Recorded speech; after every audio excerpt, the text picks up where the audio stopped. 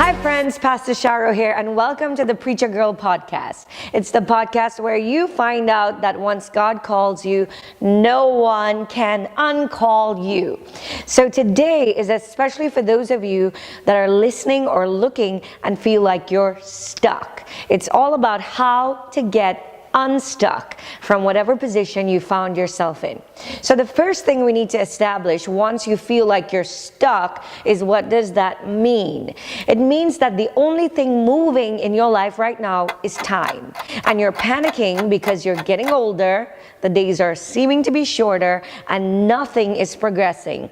10 years ago, when you thought of yourself, today you thought you'd be much farther along in your business, in your ministry, in your life. Some of you thought you'd be married with kids by now, or whatever it is that you envisioned for yourself just has not come to pass. In fact, you feel like that image I remember so well from a sermon I taught 10 years ago of a turtle that's kind of laid over on its shell. Have you ever wondered, how is a turtle going to flip himself around? It is hilarious. But, I don't think I've ever actually seen how a turtle does that, but I digress. What about you? Do you feel like a turtle that is flipped over on its shell and can't flip yourself back over? There's no movement, not even turtle steps in the right direction. I'm talking to those of you who know that God put a song in your heart. There's a CD that you were supposed to minister through. There's a book you were supposed to write. There's a sermon that you were supposed to preach. Some of you saw yourself speaking in conferences, maybe having your own church. I don't know, whatever it is you envisioned, it's just not happening. So what are you doing day by day? Nothing.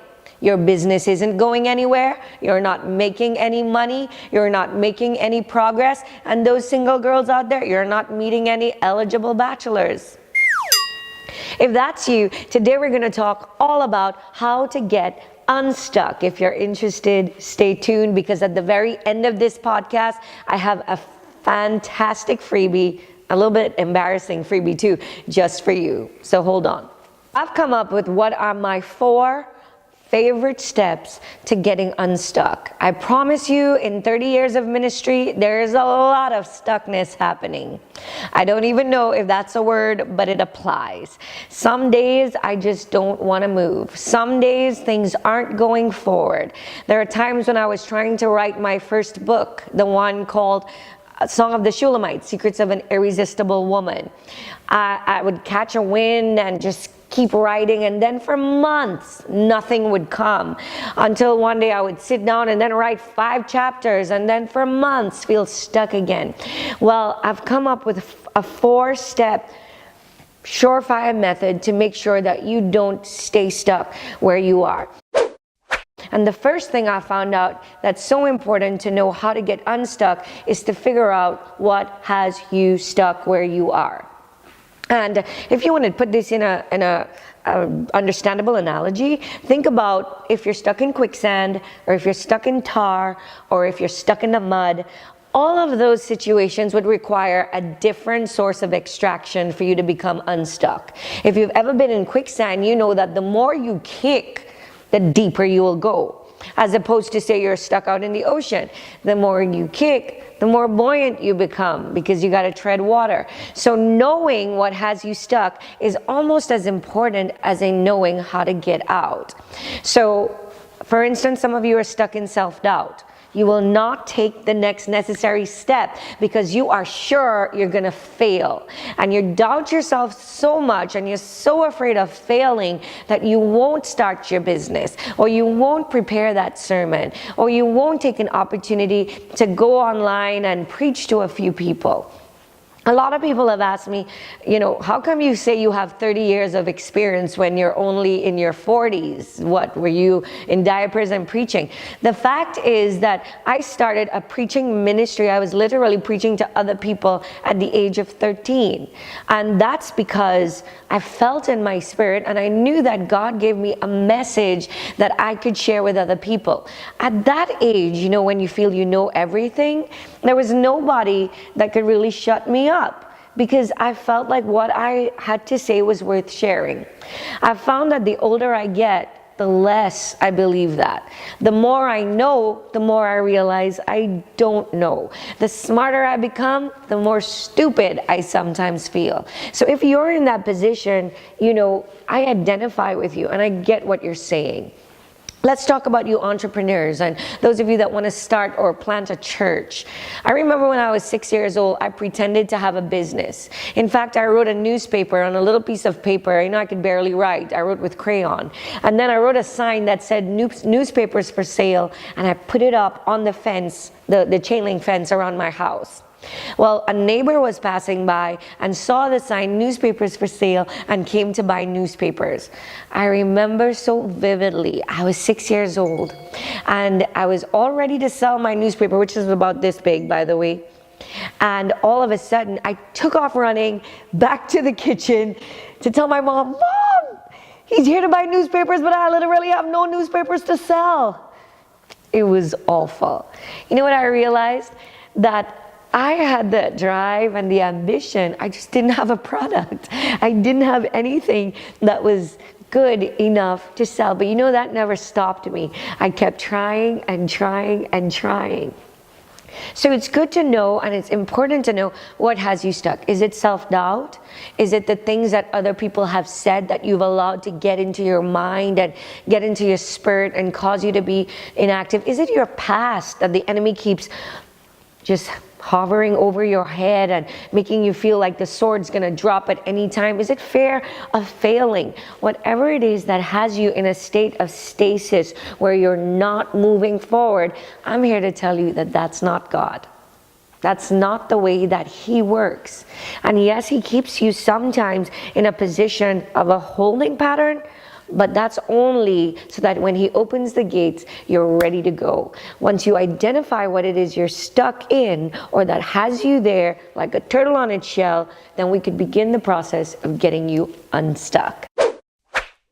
Step 2, ask yourself, what do I need to become unstuck?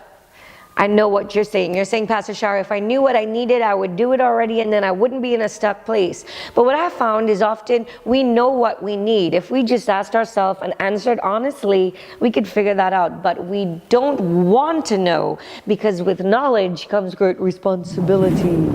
Oh, sorry. And so ask yourself, what do I need?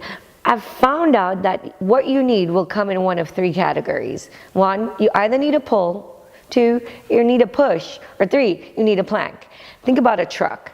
There are 3 ways it can be extricated from the mud. 1, a bigger truck has to pull it out.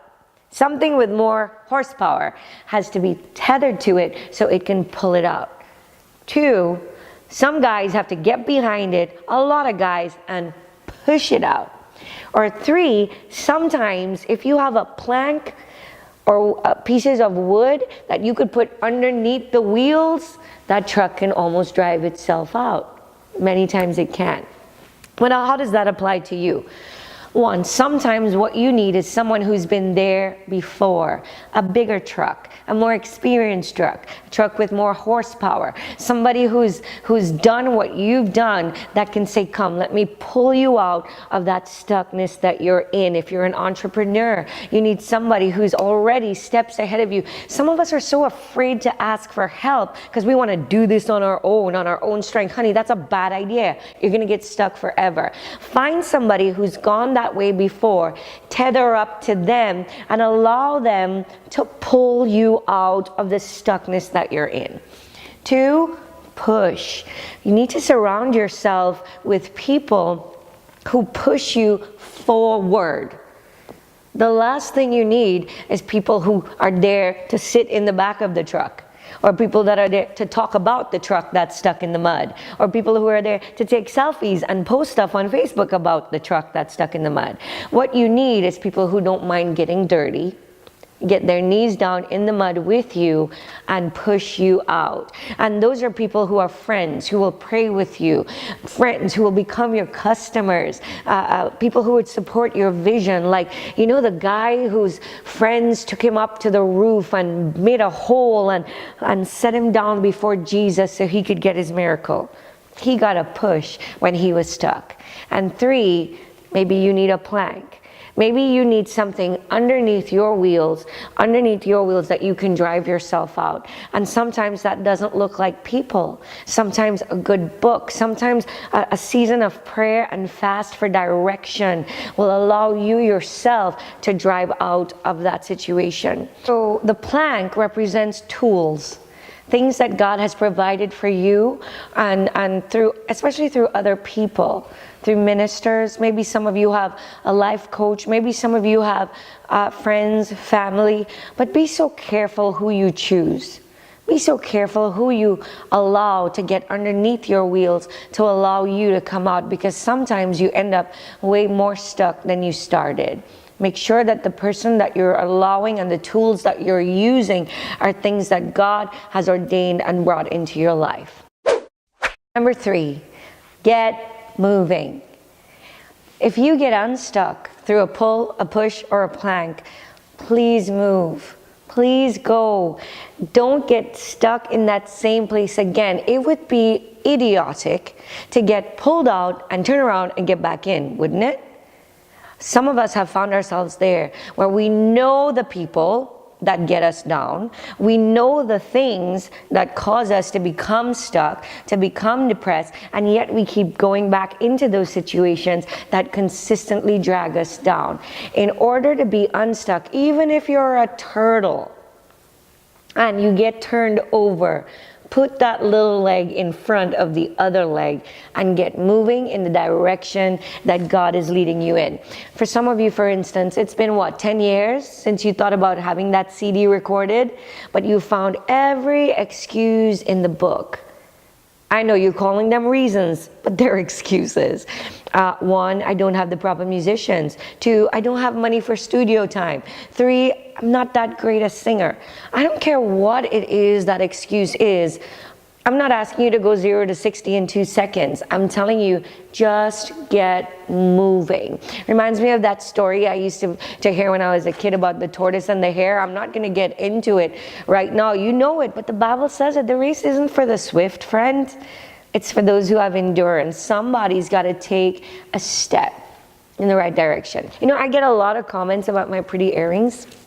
And a friend of mine makes these earrings, and I'm going to put the link in the bio so that you could go check that stuff out. But I remember, just a few months ago, really, hearing her lament about wanting to have a business and not knowing how it was going to happen. And then she just did it. She just made a pair. And it literally took off by itself. And she makes some of the most gorgeous things that we wear. And that is what I'm talking about. Nobody says you have to get a big contract with a retailer in order to start your business. You just do the one thing. Write that sermon down. I had some of my kids last night who preached in our church, and one of them said that she got the word last week, didn't know she was going to get an opportunity to preach it, but she wrote it down. Imagine if she hadn't. So here's a tip. In order to get moving, you see that cell phone or that notepad that you have? When the idea comes to your mind, write it down immediately. Because if you don't, you're going to forget it. When the inspiration is in you, write it down, but hear this, with details. Don't just write a one-liner, because when you reread it, it's not going to spark the same excitement that it sparked when you first thought of it and thought, whoa, that's great. Write it down with every detail that comes to your mind when God drops it in your spirit. So the next time you read it, it's all there for you to put one foot in front of the other.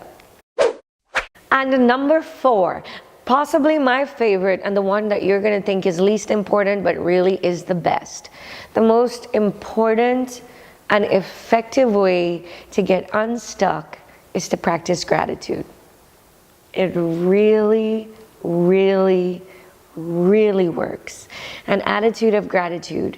When you start focusing on what you have that's so good, instead of what you don't have and wish you did, when you start being grateful for the things that God has already given you and the joys that He's put in your life, even if they're minute, For those of you that have babies and children, and for those of you that watch them grow up, what a blessing. What an immense blessing. For those of you that have a calling, for those of you that can sing, for those of you that can play an instrument. Some of you are sitting there right now and say, I have none of that. I'm just a loser. Everybody's got something to be thankful for. And gratitude works like rain on a seed. Gratitude works like sunshine on a seed. If you wake up in the morning and it's the first thing you think about before you say, oh God, how am I going to get out? Instead of that, say, oh God, I thank you that the weather is so beautiful today. And if it's raining, I thank you because I love the sound of rain. You know, or I thank you because I had a place to lay my head last night. And I know you think it's cliche, but it's the right thing. If gratitude is the last emotion you feel at night and the first one you feel in the morning, it is the best medicine for getting you unstuck. You know, when I was on my way to Africa in this last journey, it was about 3:30 in the morning, and I didn't know if it was daylight or night outside because everybody was asleep on the airplane. So I decided to open the airplane visor to look out to try to, you know, see if it was daylight or nighttime. And when I opened the window, the only thing I could tell you to describe it is that I was assaulted by the stars. I have never ever had anything take my breath away. Like the moment I lifted that visor and I looked out the window, it's like they hit me like a ton of bricks. And I know just being, 35,000 feet in the air helped because they were like right there and millions. My breath literally caught in my throat. And before I could even say a word, the tears started flowing down my eyes. And all I could say was, God, for this moment, just for this moment, I am so grateful. I'm so grateful. Moments like that cause all the stuckness and all of the immobility that you find yourself in to just vanish away. And maybe you're like, well, I don't get to see that, but you do get to go outside in the night and look up.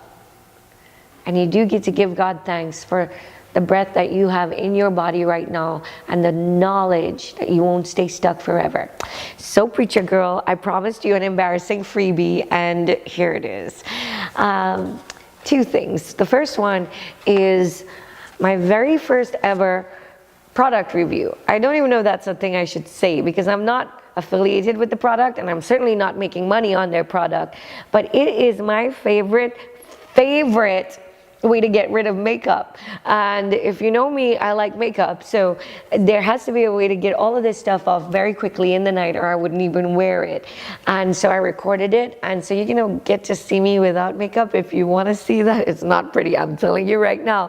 But if you want that freebie, then you just click that link below. But I also have something else. There's a worksheet PDF that I prepared just for those of you who would like these tips with a worksheet that you can fill out in order to take your steps to getting yourself unstuck, because sometimes we just need to write it down. And to help you get that done, I've created the PDF. It's free, and all you have to do is click that PDF link below. I love you. God bless you. And remember, once God calls you, no one can uncall you.